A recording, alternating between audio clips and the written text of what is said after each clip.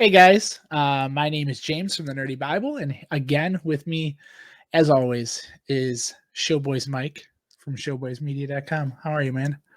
Doing good. Yeah. Yeah. It's actually not been a long It time has not been a long time. No, since we it's been actually, about 55 minutes, I would say. since we first Yeah. started. Yep, absolutely. Yep. So dude, here we are recording the second episode of the night, and it is on. Actually, two. We're comparing two genealogies. So, if you're not familiar with it, Matthew and Luke both presented the genealogies of Jesus, and so um, surprisingly, there are more discrepancies than I could even begin to talk about right now. So, and there's thoughts on it, and so we will get into that on what we, some of the things that have kind of been proposed over the years of why there's been these discrepancies. But yeah, so we are going to be comparing Matthew 1 verses 1 through 17 and Luke 3 verses 23 through 38. So those are the two that we are comparing. And so Mike and I kind of called an audible here Yeah. of should we read through the ancestry? And the answer is no. Yes. We should not. Because I am not going to sit here, first off, and butcher all of these names. Exactly. I am literally looking at 6 pages right now of names. And A lot so of names. and Not very common names today. Just throwing that out there. And usually they're repeated because you have like them being born and then like them, giving birth to, or not giving birth, but forming. So it's like you have to repeat them over and over. Yeah. And so like we're not gonna struggle through this. So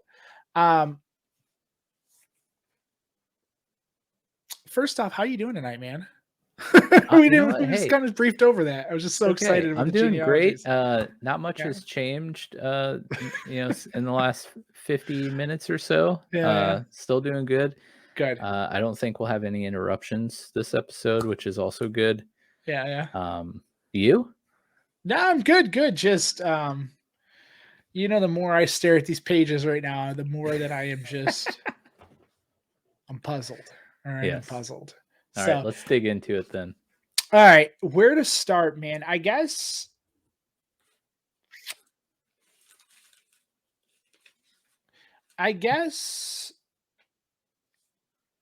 some brief just comments I would say on the two. Right? So Matthew starts out from Abraham and goes all the way to Jesus, right? So he's presenting this lineage from Abraham to Jesus. Luke takes it the opposite, right? And says, I'm going to take you from Jesus all the way back, not just to Abraham, but all the way back to Adam himself. Back to Adam, baby. Yeah. So back to Adam, right?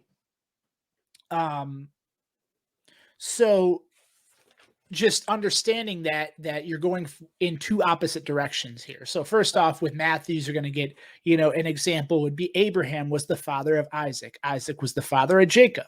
Jacob was the father of Judah and his brothers, right? Mm-hmm. And so you're getting this bottom to the top kind of viewpoint. And then in Luke, here he starts out, Jesus was known as the son of Joseph. Joseph was the son of Heli. Heli was the son of Mathat. And so, you're getting this like this top to the bottom, right? So opposite directions. That's one thing to note. Yeah. So you see, though, Matthew starts at Abraham and Luke goes all the way back to Adam. So that's an odd thing right there. I mean, I don't know why Matthew would have. I mean, I guess the I guess it makes sense of why you would start there and not go back to Adam. But all right. So where things really get different here is in Luke, he's going down all the way through and he finally gets to the David, right? And so it's down at the end of verse 31 in Luke. He says Nathan was the son of David, and then goes on to say David was the son of Jesse. Jesse was the son of Obed, and so in this same respect, you have Matthew getting to the point where it's like Obed was the father of Jesse. Jesse was the father of King David. David was the father of Solomon, right? Mm-hmm. So what we have here is that you're looking at Luke's depiction saying that Nathan was the son of David. And in Matthew's depiction, he's saying Solomon was the son of David. Both David had a lot of sons. Yes. And so both of which are true, right? Mm-hmm. But this is the hard thing to rationalize here is that as you're going now from David to Jesus, so that's the kind of range that we're looking at here is David to Jesus or Jesus to David, whatever that lineage, right? Mm-hmm. They're both ending with Jesus, and they're both ending with it, Joseph being the father of Jesus, and they're both ending with Joseph being the son of a different person. Right. And so that's really where, like, even as you're looking at some of these like propositions of what could have went wrong here, what is going wrong, like that seems to be a common theme. And it's like, well, it kind of says Joseph was the son of Heli, which is in Luke, and then in Matthew it says Joseph was the son of Jacob, right? Mm-hmm. It took me a while to get used to this, like, because the one is the father of Joseph, and you have to like first some of the notes here in my Bible here. Mm-hmm. It explains a little bit about the stopping points, at least, which I think is very interesting. You mean the Abraham? Yeah. Or okay. Yeah. Let's hear that. So the note in Matthew says Matthew follows the legal Jewish system in giving the ancestors of the father, even though Joseph was father only by adoption. Matthew's purpose in recording the genealogy was twofold. One, to demonstrate the continuity between Israel of the Old Testament and Jesus, and two, to demonstrate Jesus's royal lineage, the descendant of David, King David, and his link with the founder of the Jewish race, Abraham. And then flip over. Oh, crap. I didn't bookmark that page. There we go. I just decided to just close it. Okay, so of course the page I folded is the one that has the note. So then in Luke it says, concerning the two gospel genealogies of Jesus, Matthew traces the lineage of Jesus from Abraham through Joseph, although he is careful to point out that Joseph was not Jesus's actual father. His purpose, since he was writing for a Jewish audience, was to prove that Jesus was the promised Messiah, specifically stating that Jesus was known as the son of Joseph. Luke ascends the family line all the way to Adam, thus identifying Jesus universally with the human race. Some commentators account for the differences in the two genealogies by assuming that Matthew gives the legal line of royal descendants, while Luke gives the lineage of Mary, the only human parent of Jesus. If this is the case, Joseph may be reckoned as the son of her father, Heli, through marriage. So it's that's the only explanation I have. But I want to hear all of your thoughts. And I mean, there's like, I feel like I've got it kind of pinned down to like three good ideas that it could possibly be, and I think you've hit most of them right there. So One of them being is that, yes, one of them could actually be Mary's lineage. And I feel like I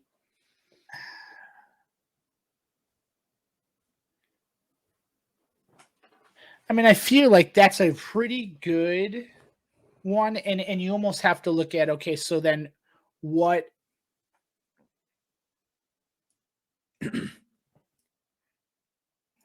are they, assuming the son to be? Like you said, like if it's Mary's lineage, it's still, we talked about this almost last podcast of like, you have to literally take some certain things. And what he's saying here is you have to kind of understand, is he being literal here? Jesus was known as, or hold on, Joseph was the son of Heli, right? Like, so was Heli,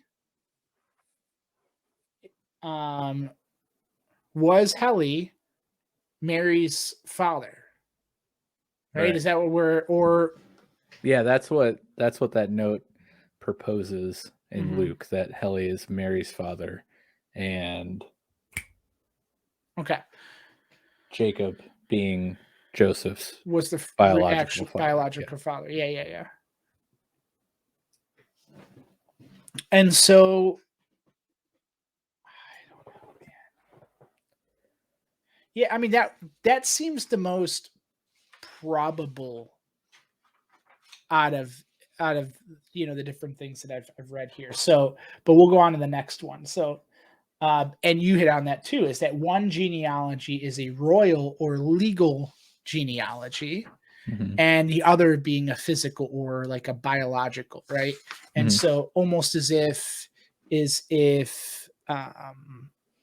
one is presenting, Matthew is what they would have assumed to is like presenting the actual like royal lineage of, because the point here is that both of them, one thing that both of them do is they both are tying it back to David, right? And that is what the prophecies, I guess, you would say, point at, and ironically that is exactly where they diverge, one being, and so I guess that also becomes pretty good explanation, because if you think about it being the royal, I feel like that's really when that royal lineage not starts, but is very prominent, right? Is David, right? And that's what, if we're tying it back to David, it makes sense that we would try to say that that's a pivotal point of the Jewish history, right? Which it is, Yeah. And I think it's interesting when you again look at the intended audiences of each book, right? With Matthew aiming towards the Jewish audience, and then Luke more so everyone, right? So that would definitely be an important factor to which type of genealogy that they present, right? Because one's going to matter more to the Jews than Gentiles, right? So while you go on to your next thoughts here, as you're talking about David and why David is important and the royal lineage is important, is there's like a covenant that God made with David when he ruled, and I'm going to look it up to see specifically what it says, but essentially it was foretelling of Jesus coming, right? But I want to look up exactly what it says because I can't remember off the top of my head. So I'm going to be typing and mute my mic because I'm clacking over here. All right. And then I'll bring up the last one and we'll jump into this. This one was, Joseph had two fathers. That's one of the arguments here, is I don't know. And it goes into, this is where I feel like when I started really looking into this, I realized how much I actually don't know about. I feel like I feel like it's one of those things struggling with it and just reading and learning about it and learning, like, patronage and family and just the different norms of the society. Like I feel like you almost like want to think you understand it, but like I don't. And so I'm realizing that about this, and it's it's like okay, so having two fathers. One of these things I'm finding here. Some suggest that Mary had no brothers to carry on her father's name. So Mm, Heli, being Joseph's father, according to Luke, adopted Joseph as his own son. And so this would give Jesus or Joseph two genealogies, yeah. right? Depending on what perspective, whether you're looking at it as a biological, which we kind of talked about, Mhm. or his adoptedness, Right, right? right, You know what I mean? His adopted genealogy, right, and which in that goes back to then this is in fact Mary's, right. right? Yeah, and that's pretty important to know too because of how like family inheritances worked. Inheritance is there a plural of that word? I just made it up if there isn't. But the Mhm. way family legacies pass forward, like you said, it typically passed with the sons. There are a few occasions, like specifically referenced in scripture of that passing to daughters, but that would make total sense. Mhm. That explanation you gave there. Sorry, I'm like choking over here. No, but then what I guess what's interesting to even take that even further is that okay, so in the when I talked about it in the last being one genealogy is royal or legal and the other being physical. Physical was the one that Luke was attributed to, right? Right. Right. So they would think it was an actual physical. And if you think about it, that would be the only way if this one was an actual one and say just assume for a moment that Matthew was actually a royal genealogy, then we have Luke's account that would if this is the actual biological breakdown of the genealogy of Jesus, and this is what actually attributes like a blood Yeah. tie to David, right? The if you think about Matthew's and Matthew's being a royal, well, that doesn't. I mean, it doesn't because Joseph's not his biological father. Remember, the Holy Right. Spirit, as we just read that in the Yep. last one. So the only blood, because just be just because this was in ancient times doesn't mean that like it's 23 chromosomes weren't coming from each parent, right? Like Right. Yeah. it's so really, Jesus did in fact bleed. So yeah, he did have blood and it had to come from somewhere and it came exactly. from And Mary's so lineage, right? so in if you really think about it, I think when I kind of break all this down, there is definitely a discrepancy in what they're defining as a lineage, Yeah. right? Like Matthew and Luke both have a different seem to appear to have a different idea of what it means to break down a lineage. Right. Well, I mean if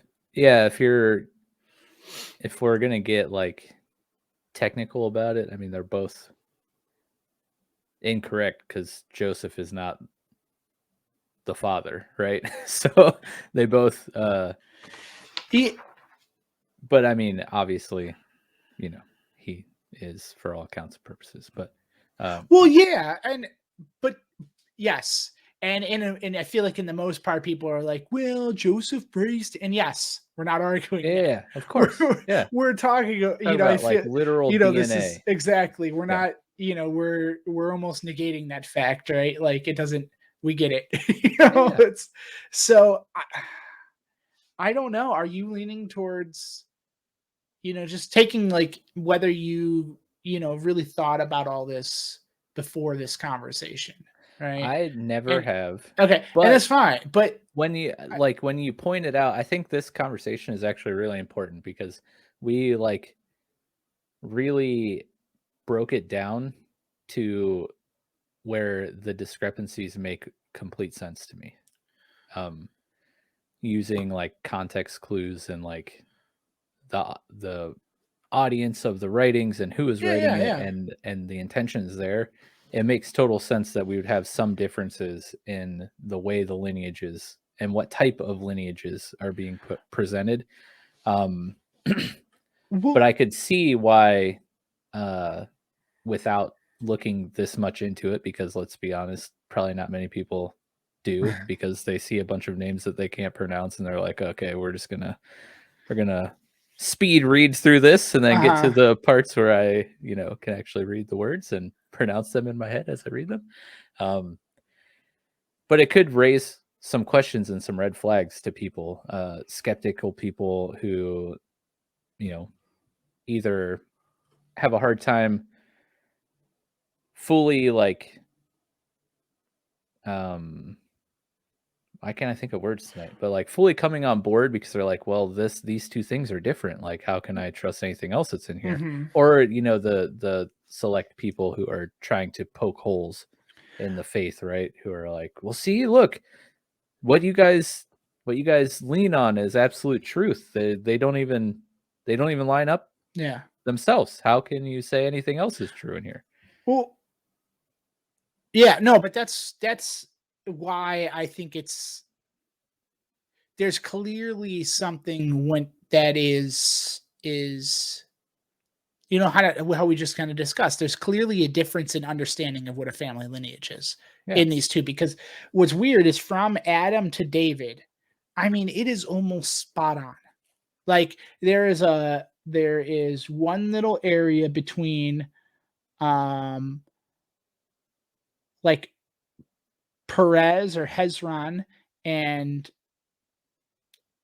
Nahshon. Yep, Hezron and Nahshon. Between those two, there is discrepancy. So in verse 33 in Luke and verse 4 in Matthew, I went line by line and highlighted everything the same that was about them, and then highlighted everything that was different about them. And so that's where there is a little discrepancy, which I feel like when you break those down, you're like, okay, it's fair. Like, somebody didn't document their papers right, or somebody misremembered. I feel like most of that's a very verbal, like kind of, I remember my grandfather, my great grandfather, my great great great, and like almost that like verbal retelling. Like I don't think no one had ancestry.com bookmarked and all that stuff going on. They were like submitting their DNA sticks to find out their and so for the most of it, the discrepancies, I feel like it's expected to have some sort of discrepancy here, and and so that when there's little things like that, it's like, okay, fine, I can get by that, or I can buy that, I can understand it. And then it really is a matter of hitting David and everything kind of just diverging completely. I mean, there is nobody in here. And so if it was like riddled with a few that were right and a few that were wrong, but like there's nothing except literally Joseph to Jesus. That's it. That's the only thing that's the same between David and Jesus. So it has to. I'm leaning towards. Well, I think it's a mixture of all of these. I think it's, well, maybe not all of them, but actually, I think Luke's is actually Mary's. I think that they're defining two fathers, one of them being a father-in-law and one of them being his biological, and they're just, speaking it so. And I think they're both, I don't know fully about this, but I wonder, I think that's it. I don't know about this whole royal and legal and physical. Like, I do get it to some extent, but I feel like if that was just the difference between the two, you would see some that were the same, some that weren't. There's no way you're going to have 100% discrepancy. Does that make sense? Like if some of them were a physical and some of them were a royal, and that was the only thing that separated the two, at some point you would have a physical being a royal. Does that make sense? Yeah, like I think so. like, for example, maybe the royal or legal of that family is like the firstborn, right? And that firstborn is what's going to get the inheritance, is going to get the name and all that stuff, right? Yeah. Somewhere between the two, you're going to have one of them that was actually that firstborn that gets everything, the title, the priesthood, whatever you want to call it, right? They're going to be that mixture there, but there's not anything. And that's where, when I see that there's not a single, I mean, unless I've missed something, but I don't see a single, thing that's the same. So does that make sense? I think so. Yeah. Okay. So I found what I was talking about, the Yes, let's hear Davidic it. covenant. So the reason the tie back to David's so important, and I think specifically the bloodline back to David is so important. 2 Samuel chapter 7. In the beginning, David's chilling, and he's talking to Nathan, and he says, "Here I am living in a house of cedar while the ark of God remains in a tent." So he's like, essentially, Mike's paraphrasing, like, I should really build a temple for the Lord, right? I'm in a nice temple, palace here myself. And we're still worshiping God in a tent. Like, God deserves something nice more than I do, right? And fast forward down to the Davidic covenant, which is over in verses 12 and 13 of 2 Samuel chapter 7. And it says, this is the Lord speaking to David through Nathan the prophet, and says, "When your days are fulfilled and you lie down with your fathers, I will raise up your offspring after you, who shall come from your body, and I will establish his kingdom. He shall build a house for my name, and I will establish the throne of his kingdom forever." None of those hises or he's are capitalized, indicating he's speaking of Jesus or God himself, like you see throughout Scripture. But we all know he's talking about Jesus, right? The the one on which God's name will be built, his house, his church, his throne, his kingdom is going to be built on Jesus, who is going to be an offspring of David. Down a few generations, but still of David's bloodline, right? So I think that's why both of the genealogies are important, but I think, this stuff's just super important, and it's so cool, like just seeing Jesus being tied back all the way to Abraham, and then of course all the way back to Adam is super interesting. But yeah, well, yes. So we do know all of those, the Davidic covenant and all that stuff, and so which is why I don't want to say I was surprised. I'm not surprised that this is where it diverges, or this is where. Yeah, I'm surprised that it diverged, but I'm not surprised that this is where it diverges, and it's because it is a very pivotal, and I think, moment in Jewish history, right? Or yeah, it's kind of like what you just said. He's living in a house of cedar, and here we are trying to continue to preserve our. Well, yeah, okay. So you're preserving the covenant, right? Like, you have, these commandments and these different things that were given on Mount Sinai, that I'm assuming that that's what's in the Ark of the Covenant, the 10 commandments and all that, and so you're preserving your understanding and something that it's similar to us preserving the Bible, but it's almost like they saw God in that place. So I guess what you see is it's almost like the Jewish culture in my eyes. I don't know, maybe I'm missing something here, but it almost seems like they're like a nomad, right? They're They're going about, they pack up the tent, they bring it out, they pack up the tent, and they see that the only way Jesus or the God's going to be with them is in this place. And they know they're not going to always go up to Mount Sinai, right? That's where God, gave them all this and instructed these things to Moses, right? But what you have here is that this material, right, that it comes from God. So they're preserving that, but what we're experiencing here, I guess, in the David covenant is they're going from being this nomad kind of moving around to something that's stationary, right? Is that, I don't know, that's interesting to me. Yeah, I think it's cool. Like you said, the covenant or the ark contained the covenant that happened between Moses and the Lord on Mount Sinai.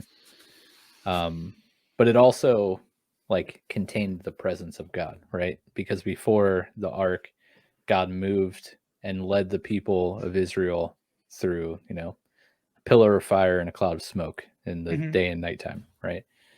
And then they built the ark, and that's how they moved the presence of God. That's why when you see people not following the specific guidelines that God set out back then, and they accidentally touch the ark or whatever, they just drop dead because they physically cannot withstand the holiness of God, right? So David's here and he's like, man, you deserve the honor of having a place, right? Because like you said, up until this point, God is still leading them to the promised land. And having to take that. And that meant that their place of worship, exactly like you said, a tent, they're carrying around in backpacks and carrying the ark on some rods while they're traveling. And David's like, man, you're the God of everything. You've been so faithful the way you've led us here and fulfilled your promise of taking us to this land. You deserve a place of worship. And God's like, listen, I appreciate it, but don't worry. You're through your blood, I will have my temple, and he will be that kingdom. He will sit on your throne. He'll sit on my throne. It's such a cool covenant. And then these lineages, these genealogies just confirm and fulfill that covenant. And it's so cool to see how God all throughout the Old Testament in all these covenants he makes with Abraham and David and Isaac and Jacob, seeing him fulfill all these. And it's so cool. I love it. It's one of my favorite things as we're going through scripture here.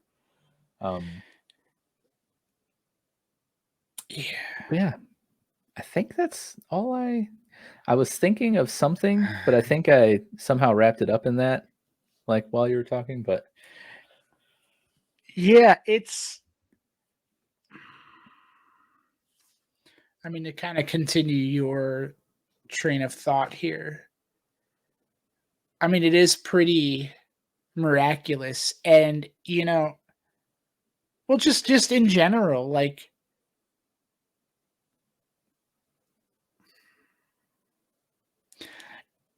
at the point here we see these generations, I try to as I'm kind of looking at all this, I try to just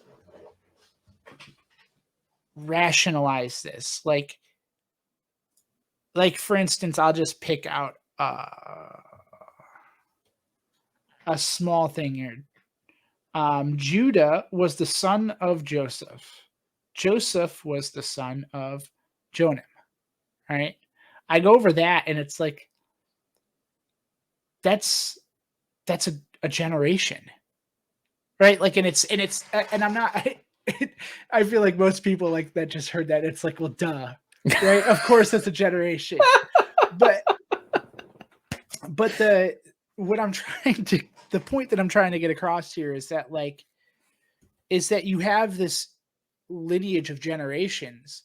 And for instance, from David all the way to Joseph, like each of these generations were a part of another era that led to the temple that they knew. And at this point of David, like there was no temple. There was no temple. And now you have this point that all the way gets all the way to Jesus.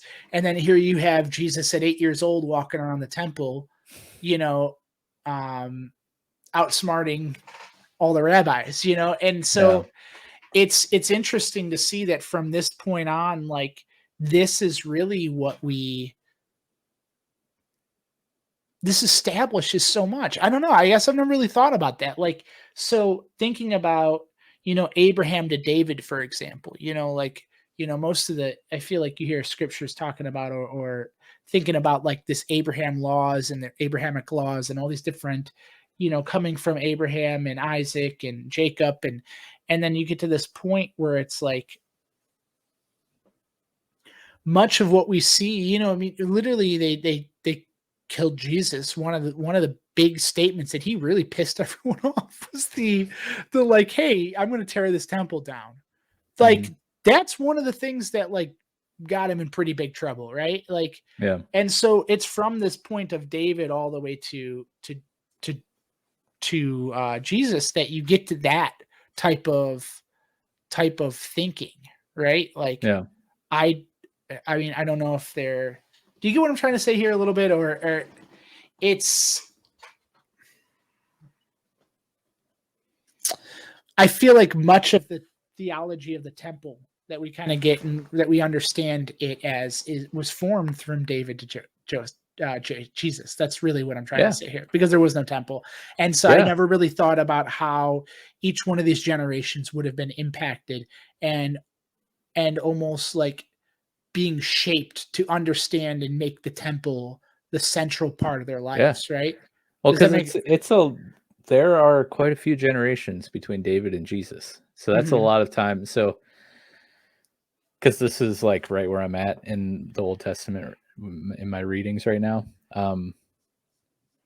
Solomon is the one who builds the temple, right?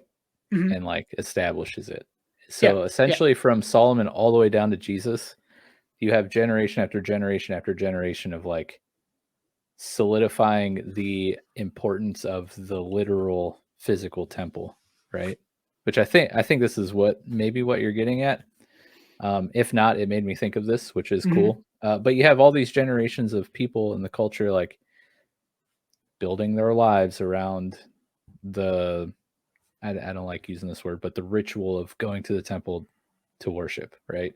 Or the importance of the physical temple itself, right? And then you have Jesus come, and then when he says the things he says, like you just said, where he's like, yeah, I'm going to tear this thing down.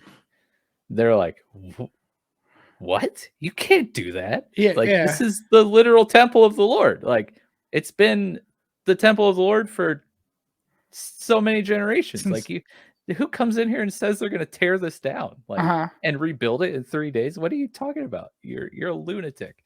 I don't know if that's what you're getting at, but while you're talking, I was like, oh wow, you're right. Like, just the fundamentals of the temple itself, like, pretty solid by the time Jesus came around. Well, so him to just even say stuff like that would have. Yeah, but just how you said, I mean, think about it.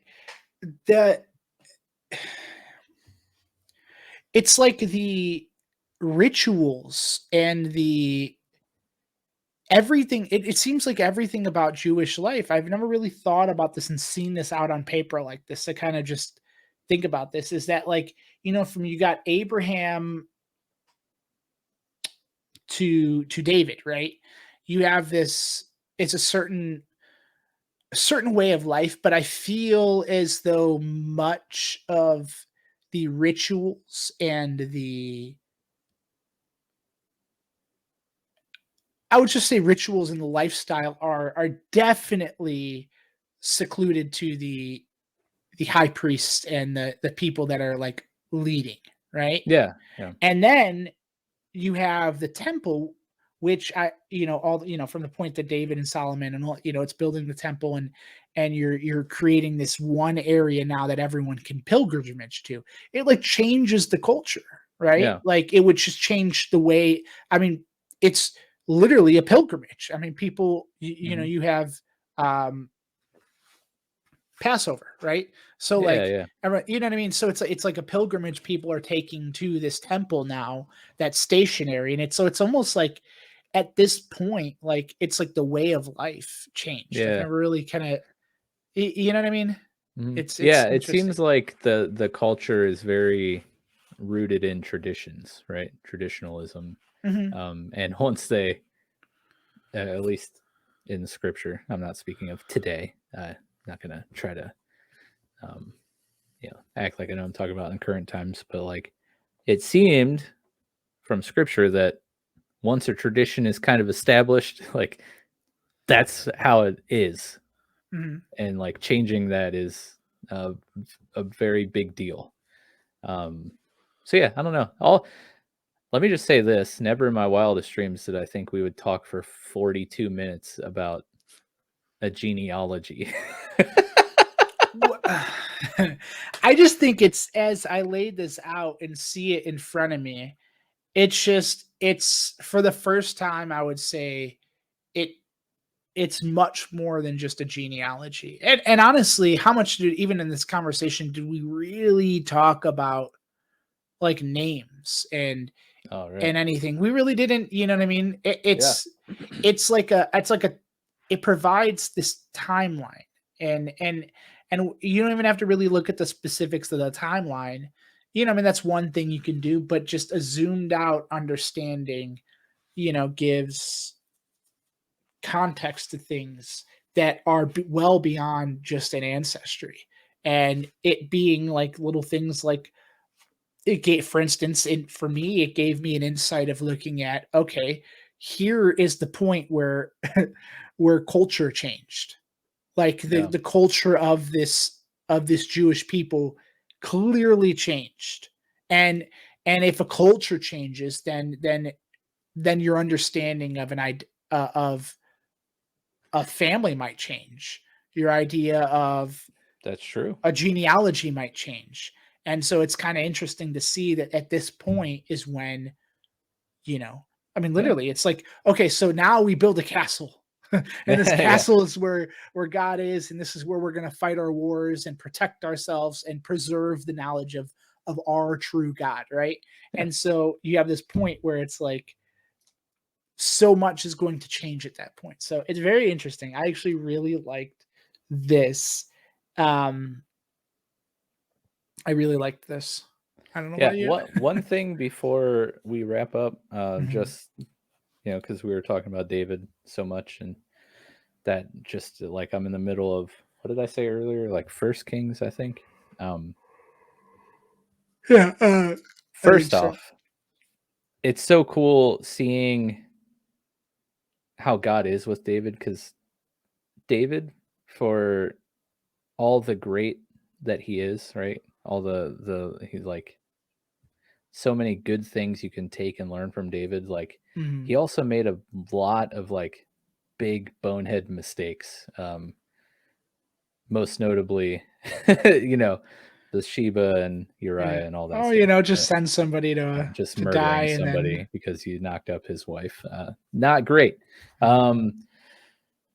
Regard like even though he made all those mistakes, messed up like that royally, like he loved God so much and like was truly repented for those things, and Mhm. that God like saw that, forgave him, and loved in return loved David so much that like the covenant said, um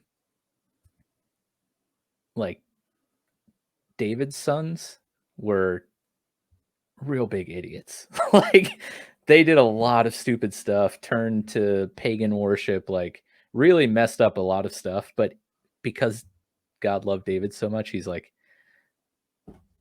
you know what? I'm gonna continue to let your son be king, and I'm gonna continue to let his son be king, and I'm gonna continue to let his son be king. And I think right now in Matthew's genealogy, I'm at the point in First Kings where I'm let's see, 1, 2, 3, 4, 5.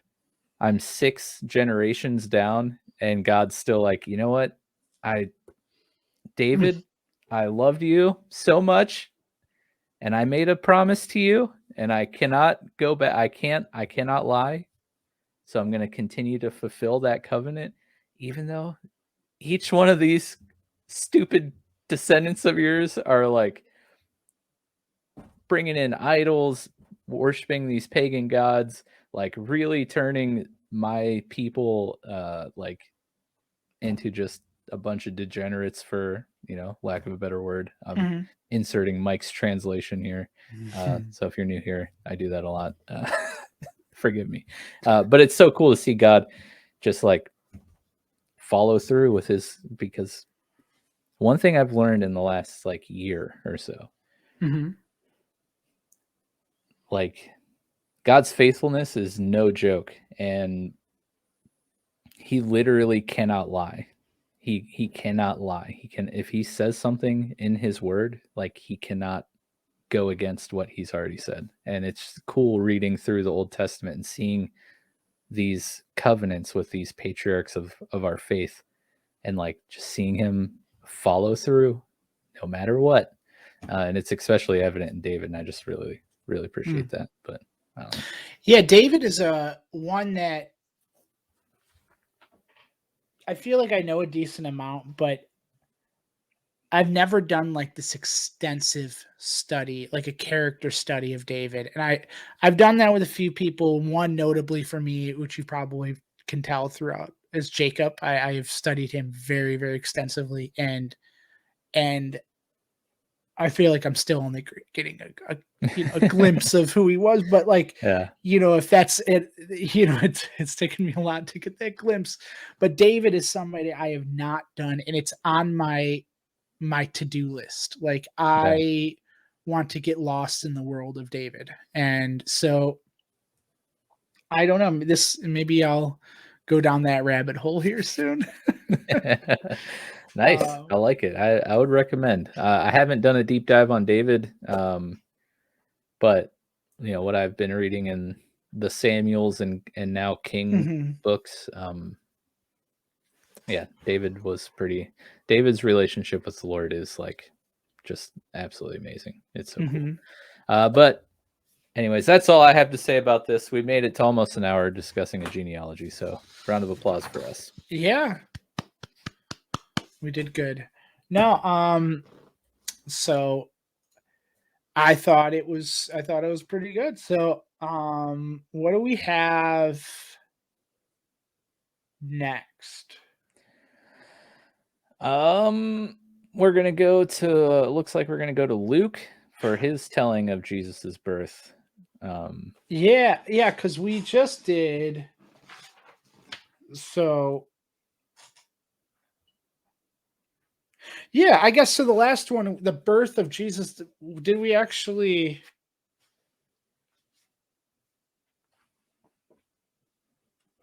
Okay, so when we went over Matthew, sorry, I had to take a little jump back. When we went over Matthew, it was the birth of Jesus the Messiah, but it was like a glimpse, right? It was like that Yeah, little bit of um at the end. It's more of that. Feel like that was more of the angel appearing to Joseph, and Joseph having yeah, that, like, yeah. More about that that dream and less about the moral actual birth. Yeah. struggle of what to do, and then you get to the point where it's like, oh, and they had a son, right at the end. It's like, Yeah. so Only the that most important part of that story. We'll just dedicate a sentence to it. yeah. So the next series, or the next two, we're really getting into the Christmas story, right? I feel like we've essentially been going over the Advent, and here we are. The next is Jesus is born in Bethlehem, Yep. and then shepherds visit Jesus, which Yeah. actually at this point meets with where we started with The Chosen when we went over that. This exactly. is, we've kind That's of true. filled up that backstory into that pilot point. Yeah, that episode right pilot there. episode where they're there, and and the Christmas episode, because it's the same Mhm. but two different perspectives. But yeah, so yeah, so that's the next steps. We're going. Jesus is born and Shepherd's visit. So that's where we're going. I'm surprised we made it this far with the genealogy. At this but point, let's just keep going for 9 minutes so we can say it was an hour. So I do think though that this, I feel like just these types of things should show are just a reflection of what, we can get bogged down by the details, but sometimes like just take a zoom out, zoom yourself out a little bit and see, like, is there some bigger picture that I'm able to see? Is there something missing? And, it tends to say, okay, if I zoom out, I can see a little larger portion of the story and gain a little bit of context or whatever. I Yeah. don't know. Does that make sense? Yeah, for sure. Thank you guys for hanging out and listening. Hope you learned something. Let us know if you've ever thought about a genealogy you read in the Bible about as in depth as we just went. I would love to hear what you guys think. Make sure you subscribe, like, rate, review, follow wherever you're listening to this on. Make sure you visit James over at thenerdybible.com and all the fun stuff he's got going on over there. You can over to showboys.com if you'd like, or showboysmedia.com, excuse me. Make sure you tune in for the next batch of episodes. Mm-hmm. Try not to wait like a month and a half for the next release. My apologies, guys. We'll see you next time. All right. Bye. Bye.